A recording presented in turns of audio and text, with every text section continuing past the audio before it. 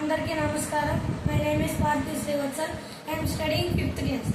ఈరోజు మనం 9th class ICSE సిలబస్లో 5th చాప్టర్ అప్థ్రస్ట్ని మనం నేర్చుకోబోతున్నాం. 8th క్లాస్లో కూడా ఈ అప్థ్రస్ట్ గురించి కొంచెం ఇచ్చారు.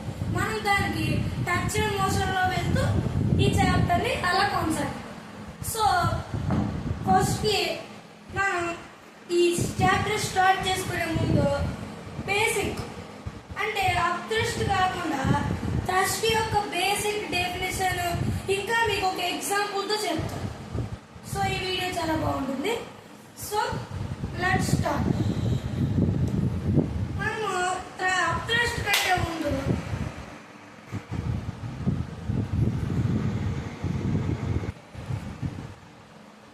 థ్రస్ట్ గురించి మనం ఇప్పుడు నేర్చుకుంటాం. థ్రస్ట్. సో థ్రస్ట్ మీకు ఒక ఎగ్జాంపుల్లో క్రియేట్ చేస్తాం. దీన్ని మనం కేస్ 1 అంటాం.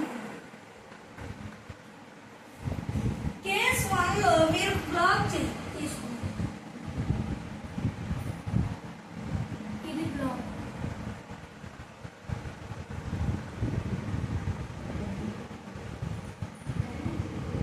ఇది టేబుల్ టాప్.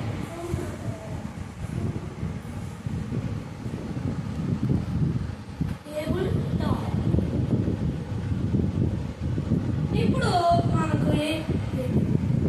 ఇప్పుడు మనకి రెండు సెంటర్స్ తెలియాలి. అవేంటంటే centre of gravity, centre of mass.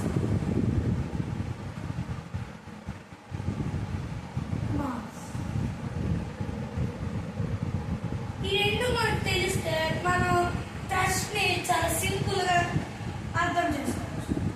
Centre of gravity అంటే ఇప్పుడు ఈ అర్త్ మీద ఒక బ్లాక్, ఈ బ్లాక్ ఈ బ్లాక్ మీద ఒక గ్రావిటీ ఉంది. ఆ గ్రావిటీ నుంచి కొన్ని లైన్స్ వస్తాయి. ఆ లైన్స్ అన్ని ఆ బ్లాక్ లోకి వెళ్ళి ఒక లైన్ దగ్గర మీట్ అవుతుంది. అది ఒక point. That point is called center of gravity. అంటే గ్రావిటీ నుంచి వచ్చిన లైన్స్ ఆ ఆబ్జెక్ట్ లో ఒక పాయింట్ దగ్గర మీట్ అయితే దాన్ని మనం సెంటర్ ఆఫ్ గ్రావిటీ అని పిలుస్తాం. What about centre of mass? Centre of mass గురించి అయితే ఇంకేమీ లేదు. సెంటర్ ఆఫ్ మాస్ అంటే the mass for suppose this block is 40 kg. ఈ బ్లాక్ అనేది 40 కిలోగ్రామ్. ఇప్పుడు దీని మాస్ నుంచి కొన్ని లైన్స్.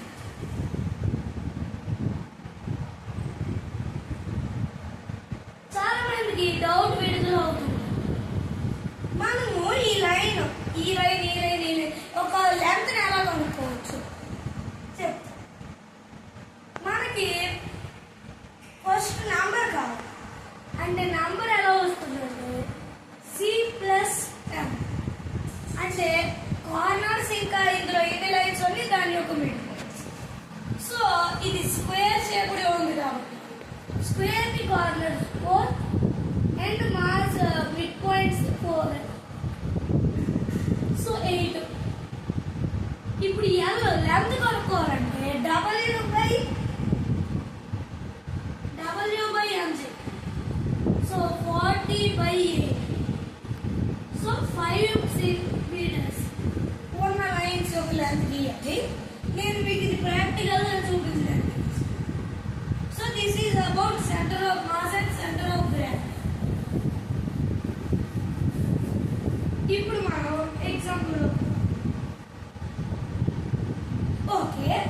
ఇప్పుడు మనం చూడగలిగితే మీకు సింపుల్ గా గుర్తుపెట్టుకోవడానికి ఒక ట్రిక్ చెప్తాను. సాలిడ్ బాడీ ఎలాగో సాలిడ్, అది దేనికి సెకండ్ బాడీ అంటే ఇప్పుడు ఒక బాడీ ఇలాగో కాంటాక్ట్ గా ఉంటుంది. మనం పైన ఉన్నది ఫస్ట్, కింద ఉన్నది సెకండ్ అని లేబుల్ చేస్తే సెకండ్ బాడీ సాలిడ్ అయితే తీసుకుందాం. సెకండ్ బాడీ లిక్విడ్ అయితే మనం గ్రావిటీ నుంచి తీసుకోవాలి.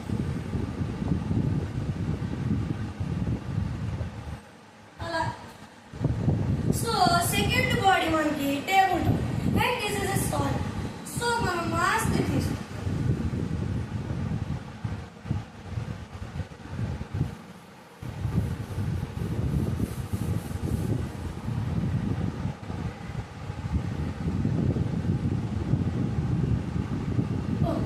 సో ఇప్పుడు మాస్ ఇది సెంటర్ ఆఫ్ మాస్ అనుకుందాం.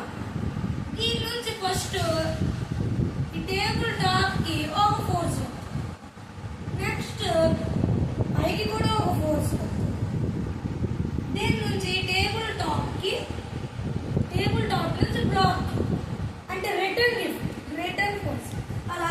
సో ఏ పాయింట్ మీకు ఒక పాయింట్ చెప్తాను. ఏ పాయింట్ నుంచి అయినా మనకి ఫోర్సెస్ థ్రస్ట్ కానీ అప్ థ్రస్ట్ కానీ ఈ డైరెక్షన్ లో ఉంటుంది. దీన్ని మనం తిప్పి చూసినా ఎలాగే ఉంటుంది. So this is the standard direction. ఇది మనకి మనం సింపుల్ గా గుర్తించి చెప్పచ్చు. సో మరి బాడీ ఉంది చూసారు కదా.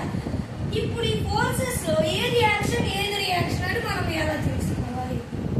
ఎలా అంటే ఇది ఫస్ట్ బాడీ ఇది సెకండ్ బాడీ అని మనం లేబుల్ చేయడం చూస్తాం. సో ఈ ఫస్ట్ బాడీ నుంచి సెకండ్ బాడీకి వెళ్ళే ఫోర్స్ మనకి ఎప్పుడు యాక్షన్ ఉంటుంది. ఈ సెకండ్ బాడీ నుంచి ఫస్ట్ బాడీకి వెళ్ళే ఫోర్స్ రియాక్షన్. మనకి ఇవి లేబుల్ చేయాలంటే న్యూటన్ థర్డ్ లా ఎందుకంటే అక్కడ ఒక డెఫినేషన్ మెన్షన్ చేశారు. Every action has a equal and opposite reaction. ఇక్కడ ఈక్వల్ అండ్ ఆపోజిట్ రియాక్షన్ అంటే ఆపోజిట్ డైరెక్షన్. ఇది యాక్షన్ అయితే ఇది రియాక్షన్, ఇది యాక్షన్ అయితే ఇది రియాక్షన్, ఇది యాక్షన్ అయితే ఇది రియాక్షన్. సేమ్ లైక్ మిర్రర్ లాగే. మిర్రర్ లో ఇలా ఉంటే అది ఇలా కనబడుతుంది, ఇలా ఉంటే ఇలా కనబడుతుంది. ఎలా మనం చూసించాలి అంటే up side down. Okay so ఇది కేస్ 1 అంటే సెకండ్ బాడీ సాలిడ్ అయినప్పుడు థ్రస్ట్ సెంటర్ ఆఫ్ మాస్ కి ఎలా రిలేటెడ్ అయి ఉంటుంది. Next case 2.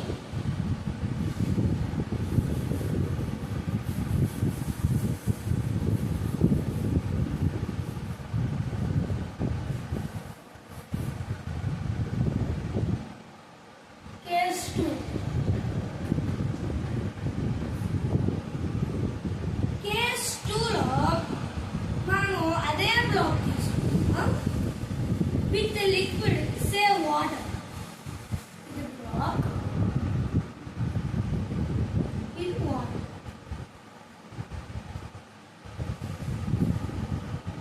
ఓకే ఇప్పుడు మనము సెకండ్ బాడీ లిక్విడ్ అయితే ఏం తీసుకుంటాం? Centre of gravity right. So మనం ఇప్పుడు సెంటర్ ఆఫ్ గ్రావిటీ ఇది యాక్షన్ ప్రొడ్యూస్ చేస్తుంది, రియాక్షన్ ప్రొడ్యూస్ చేస్తుంది. అది మనకు తెలుసు. ఇక్కడ ఇంపార్టెంట్ పాయింట్ ఏంటంటే లిక్విడ్ సెకండ్ బాడీ మనం మీడియం అంటే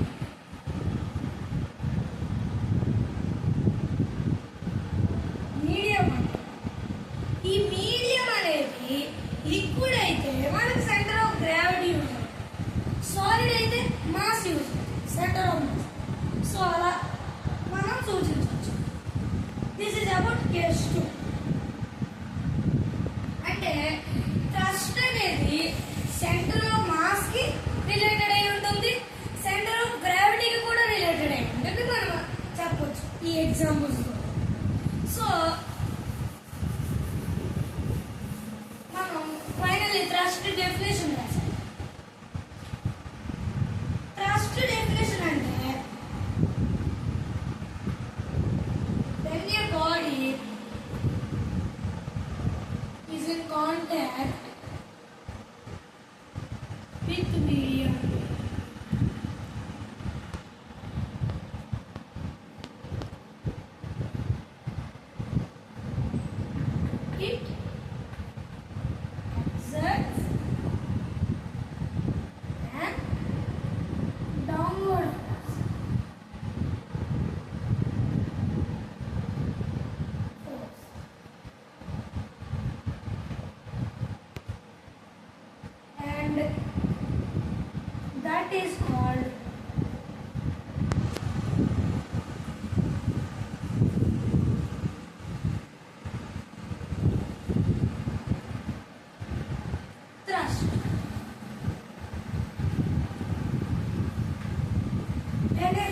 is in contact with medium, it exerts a downward force and that is called thrust. అంటే ఒక బాడీ మీడియం అంటే సాలిడ్ లిక్విడ్ ఆర్ గ్యాస్ ఆ మీడియంతో కనెక్ట్ అయి ఉంటే మీ బాడీ అనేది ఆ మీడియం మీద డౌన్వర్డ్ ఫోర్స్ ఎగ్జర్ట్ చేస్తుంది. That downward force is called thrust. ఇది థ్రస్ట్ బేసిక్స్.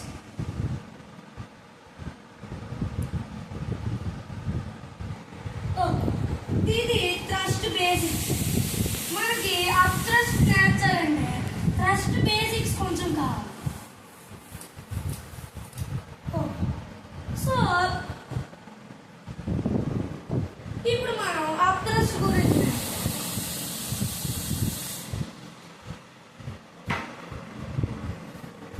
అప్థ్రస్ట్ దీని డెఫినేషన్ డైరెక్ట్ గా రాసేస్తారు. తర్వాత కొన్ని examples body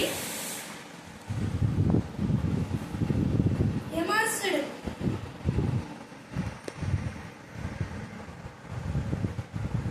in a fluid. Fluid అంటే మీకు ఇక్కడ డౌట్ రావచ్చు. ఫ్లూయిడ్ అంటే ఏంటి? ఫ్లూయిడ్ అంటే ఏ సబ్స్టెన్స్ విచ్ ఫ్లోస్. అంటే లిక్విడ్ లోనే అప్థ్రస్ట్ ఉంటుందని మనం చెప్పలేము, గ్యాస్ లో కూడా ఉంటుంది. సో అలా fluid it exerts a upward force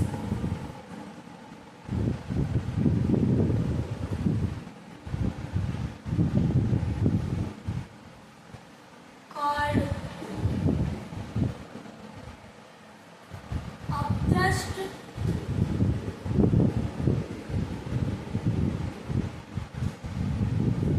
దీనికి ఇంకో పేరు లేదా buoyant force. ఈ పేరు వల్ల అప్థ్రస్ట్ కి FB అని లేబుల్ చేయడానికి ఉంది.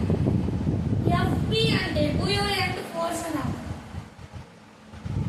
సో FB అంటే buoyant force అని అర్థం. సో ఇది అప్థ్రస్ట్ డెఫినిషన్. అప్థ్రస్ట్ తో పాటు మనం ఇంకో ప్రాపర్టీ గురించి నేర్చుకోవాలి. దట్ ఈస్ అప్థ్రస్ట్ కి రిలేటెడ్ డైలీ లైఫ్ లో the property of which a body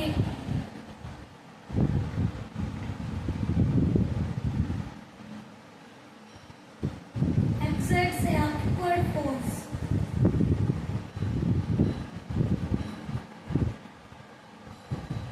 to the fluid.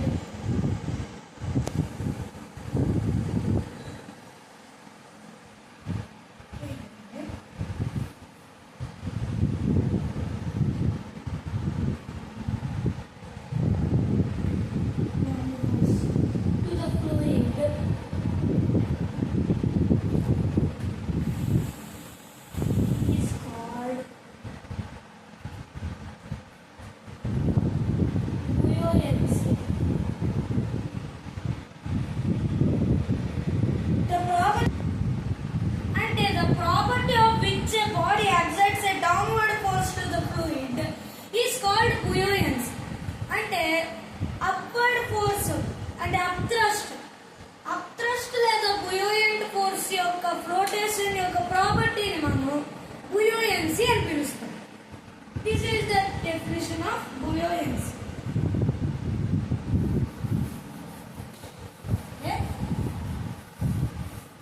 Next మనం ఒక ఎగ్జాంపుల్ ఆ ఎగ్జాంపుల్ చెప్తే మీకు అప్థ్రస్ట్ గురించి అర్థమైపోతుంది. ఒక క్యాన్ తీసుకో, ఒక గ్లాస్ తీసుకుంటాం, అందులో వాటర్, నెక్స్ట్ అందులో ఒక క్యాన్ వేస్తే మనకి ఒక అంటే అది ఫ్లోట్ అవుతుంది, తేలుతూ పైన తిరుగుతూ ఉంటుంది. మనం ఎప్పుడైతే దాన్ని పుష్ చేయడానికి ప్రయత్నిస్తామో అది అలా కిందకి వెళ్తూ ఉంటుంది. కంప్లీట్ గా ఎమర్స్ అయినప్పుడు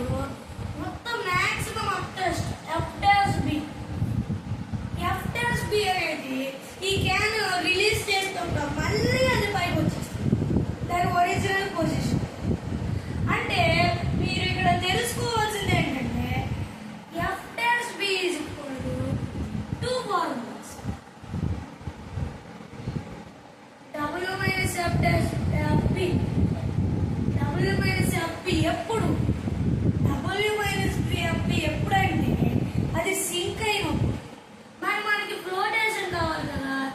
so FP - W is the real formula. ఇది కూడా యూజ్ అవుతుంది. అంటే WFP ఎందుకు తీసుకున్నాడంటే ఒక బాడీ యొక్క ఫ్లోటేషన్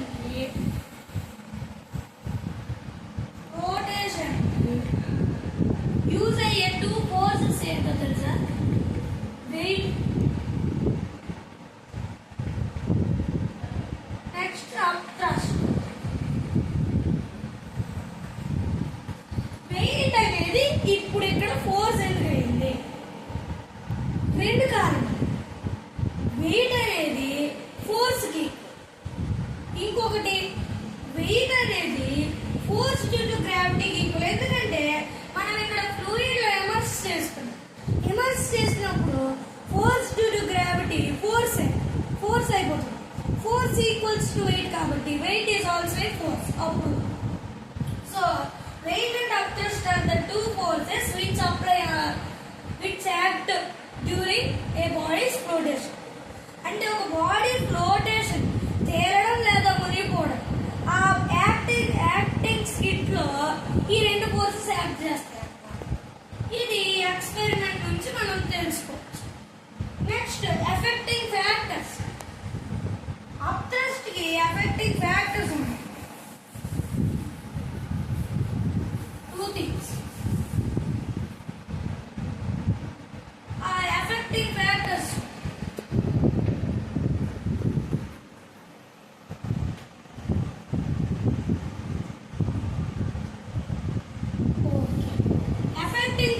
ఆఫ్ అప్థ్రస్ట్ ఇప్పుడు చూడండి. ఫస్ట్ వాల్యూమ్ తో మనకేంటి సంబంధం అంటే నేను మీకు ఒక చిన్న ఎగ్జాంపుల్ ఇస్తాను. మునుపురాయి అంటే ఒక పెబుల్ తీసుకోండి. Take this as pebble and this is the bunch of feathers. ఇది ఫెదర్స్ తెలుసు కదా, రెక్కలు, దాని బంచ్ అనుకోండి.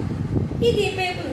ఇప్పుడు 2 కిందకు విసిరితే మనకేమవుతుందంటే, 2 కిందకు విసిరితే పెబుల్ అనేది బంచ్ ఆఫ్ ఫ్లవర్స్ కంటే ఫాస్ట్ గా పడుతుంది కిందకి. ఎందుకు అంటే అప్థ్రస్ట్ అనేది ఎక్కువ వాల్యూమ్ మీద పనిచేయదు. అంటే ఇది బంచ్ ఆఫ్ ఫెదర్స్. మీకు ఇక్కడ ఇంగ్లీష్ కూడా కొంచెం తెలియ ఉంటుంది. బంచ్ అంటే కలెక్టివ్ అంటే దానికి కొంచెం ఎక్కువ వాల్యూమ్ ఉంటుంది. వాల్యూమ్ ఎక్కువ ఉంటే అప్థ్రస్ట్ తక్కువగా ఉంది. సో వాల్యూమ్ తక్కువ ఉన్న దానికి అప్థ్రస్ట్ తక్కువ. వాల్యూమ్ ఎక్కువ ఉన్నది మునపరాయి అనేది వాల్యూమ్ ఎక్కువ. సో వాల్యూమ్ ఎక్కువ అనేది ఇది ఫాస్ట్ గా పడిపోయింది. అంటే ఇక్కడ మనం చెప్పాల్సింది ఏంటంటే గ్రేటర్ ద అప్థ్రస్ట్,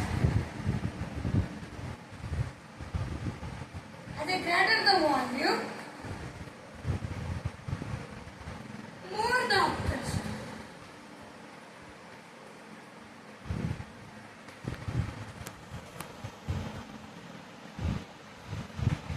Okay? ఆపాను. ఆ ఫెదర్స్కి వాల్యూమ్ ఎక్కువ అని చెప్పావు, అప్థ్రస్ట్ తక్కువ అని చెప్పావు. వాల్యూమ్కి అప్థ్రస్ట్ ఫెదర్స్ ఉన్నాయి కదా, దానికి వాల్యూమ్ ఎక్కువ అని చెప్పావు. సో అప్థ్రస్ట్ తక్కువ అన్నావు. మళ్ళీ ఎక్కడ ఇది ఏమన్నావు? గ్రేటర్, ఇది ఎక్కువ వాల్యూమ్ అన్నావు. ఏది పెబుల్ ఎక్కువ, ఇది ఫస్ట్ దీనికి వాల్యూమ్ ఎక్కువ అని చెప్పావు. అప్థ్రస్ట్ తక్కువ అన్నా. ఇక ఏంటి రాసావు? దేనికి? పెబుల్కి. ఇది దీనికి అర్థం కాలే. అంటే బంచ్ ఆఫ్ ఫెదర్స్ కి ఎక్కువ వాల్యూమ్ ఉంటది కదా, మరి ఈ డెఫినేషన్ ఎక్కడ పనిచేసిందని నాడు ఎక్కువ వాల్యూమ్ ఉంటుందా?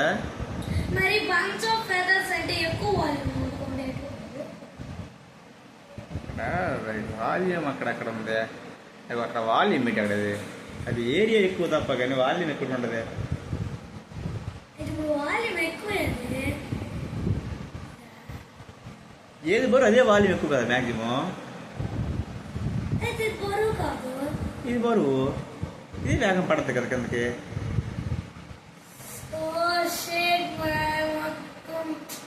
పోనీలే పోన్లే చెప్తాను కవర్ చేసిలే చెప్పేసి ఇది వాల్యూమ్ ఎక్కువ కాబట్టి దీనికి అప్త్రస్ట్ ఎక్కువ అని చెప్పారు. हमारा वीडियो ఉండిపోయింది. అదే చూడలే ఎంత వచ్చేస్తుంది. ఓకే ఇంకొక 2 minutes కాపీ వెళ్ళు. మళ్ళీ ఇంకో వీడియో 21 అయిపోయింది మినిట్స్. ఎక్కువ వీడియో బాగోదు. మొక్క బాగా చెప్తాను, నువ్వు బాగా చెప్తాను కానీ మొక్క చెప్పాలి. ఎక్కువ అయితే 5 minutes 10 minutes వీడియో క్లోజ్ చేసేది రా. కాన్సెప్ట్ ఇది ఒకటి. ఏ, ఇది నెక్స్ట్ వీడియో చేద్దామా? ఎఫెక్టింగ్ అది ఒక పని చేసి స్టార్ట్ చేస్తానా అది వెళ్ళి ఎక్స్ప్లెయిన్ చేసి ఆపి. ఓకేనా? అండ్ ఇంకోటి ఉంది, ఇది చెప్పేస్తాను ఫస్ట్. ఇక కాగు ఈ పేబుల్ కి వాల్యూమ్ ఎక్కువ ఉంటుంది కాబట్టి దీనికి అప్త్రస్ట్ ఎక్కువ ఉంటుంది. సో ఇది వేగంగా పడుతుంది. దీంతో మనం చెప్పవచ్చు వాల్యూమ్ ఎక్కువ ఉంటే అప్త్రస్ట్ ఎక్కువ. సో అలా next effecting back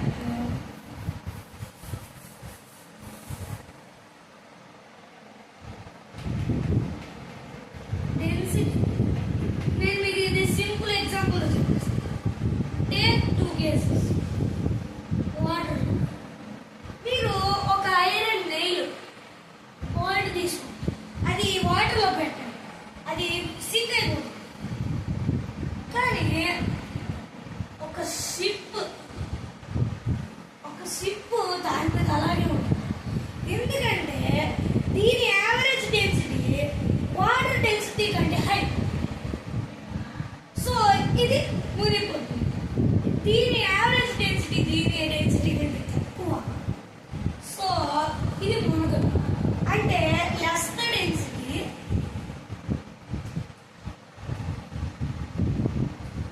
more the upthrust. Density తక్కువ ఉంటే ఎక్కువ అప్త్రస్ట్ ఉంటుంది. దీనికి డెన్సిటీ తక్కువ, ఎక్కువ అప్త్రస్ట్. ఇది మునగకుండా ఉంది. దీనికి డెన్సిటీ ఎక్కువ, మునిగిపోతుంది.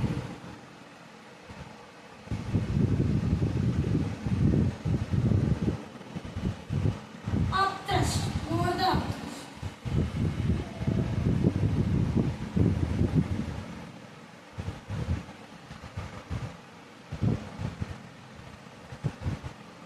ఇది ఈ రోజుకి వీడియో. నెక్స్ట్ వీడియోలో మనం డెమోన్స్ట్రేషన్ ఆఫ్ అప్త్రస్ట్ ఈజ్ ఈక్వల్